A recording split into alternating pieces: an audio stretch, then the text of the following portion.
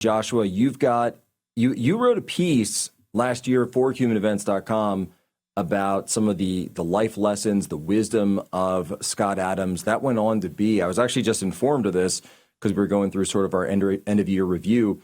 And I was actually informed that ended up being one of our top pieces at humanevents.com for the entire year. So even beyond scoops, exclusives, etc., everything that we did, it was that your piece on Scott Adams that ended up being one of our top for the year.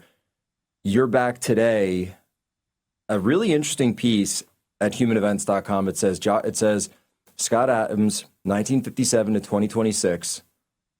I loved you all to the very end. And it opens like this. On January 13th, 4026, a full 2 millennia from today, someone somewhere will be discovering Scott Adams' work for the first time in their life, and it will change their life forever. Joshua, walk us through your piece today and why you wrote this.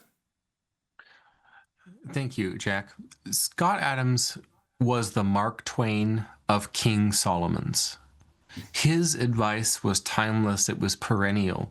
And I brought up before the break that some of his, let's say, greatest hits and highlights that appear in Reframe Your Brain 2023 first appeared in 1997, The Dilbert Future. So Scott had seen the future. He knew what was going to be valuable, what was going to be useful. So many of life, business, career, money management, health, wellness, lifestyle, fitness, social skills, and mental health.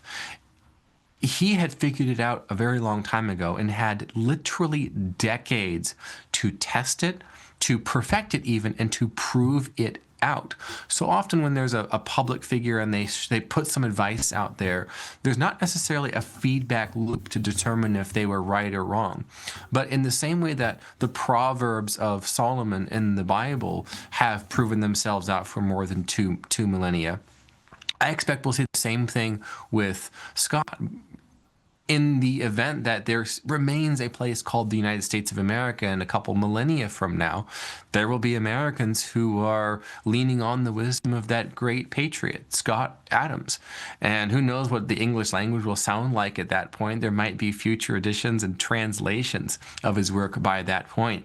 But his wit and his charm and his way to issue simple, direct advice is remarkable. And I think he was the first person to successfully take the entire body of work from the profession of clinical hypnosis, which of course has centuries behind it, innumerable numbers of peer-reviewed studies behind it. But he was able to take that out of the clinical context and make it accessible and practical for the everyday person, to have like little micro-hypnotic trances that reprogram them for success and happiness, and in many cases, relieving people of depression, anxiety, other concerns that would have held them back. And he set many free, perhaps millions of people free, to be the person they were created to be. And I can't think of anyone who has that much of an impact on as many people for as much a period of time as our internet dad, Scott Adams. It's tremendous. By the way, so funny enough, I was at this used bookstore a couple of years ago, and I saw this copy of just running around, and I saw this copy of that same book, The Dilbert's Predictions for the Future, that came out in 97. And I picked up a copy of it, and I was like, oh, this is going to be such a good troll opportunity, because I'm just going to be able to find all these predictions that he got wrong. And then I was like, I'm going to tweet them out and totally mess with Scott, and this is going to be so fun. And I started opening the book, and I'm like, oh, wait, well, that came true. And oh, this thing about the internet, oh, yeah, that definitely happened. And then like, well, it said, well, people are going to be connected over times and spaces, and oh, darn it, and like every single page, and I'm looking through trying to find some kind of receipt to, I'm like, oh, really blow them up, or put them on blast on Twitter, because this is, of course, like, this is what you do when you're friends with me. I couldn't find anything. I actually couldn't find anything in the book that he got like blatantly wrong. It was just not a thing at all. And it actually struck me as even more. I think I texted him about it at the time. I was like, darn you, Scott. Somehow you've outwitted me yet again, even before we started this crazy dance. It was tremendous. I got to find that somewhere because it was really tremendous. There's even a comic, I've got to find this up, where he predicts the rise of Trump all the way back in the 1990s. He predicts it. And it's like Dogbert explaining. I think it's Dogbert explaining it to Soviet Dogbert. You remember the one I'm talking about? I don't.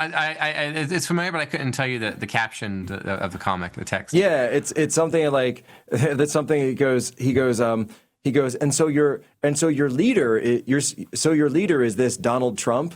And Dogbert goes, I don't think it's official yet. Another that was in 1991. Prediction. Yes. Mind-boggling. Another sociopolitical prediction from that book that Scott got right back in 97.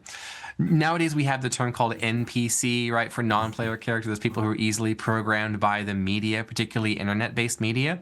In the Dilbert future, Scott Adams made this term called individual. Individual, but DUH is right there in the middle. Oh, he described as yes. Individuals are people who, because they're so sophisticated and tech savvy, they get their news from the internet.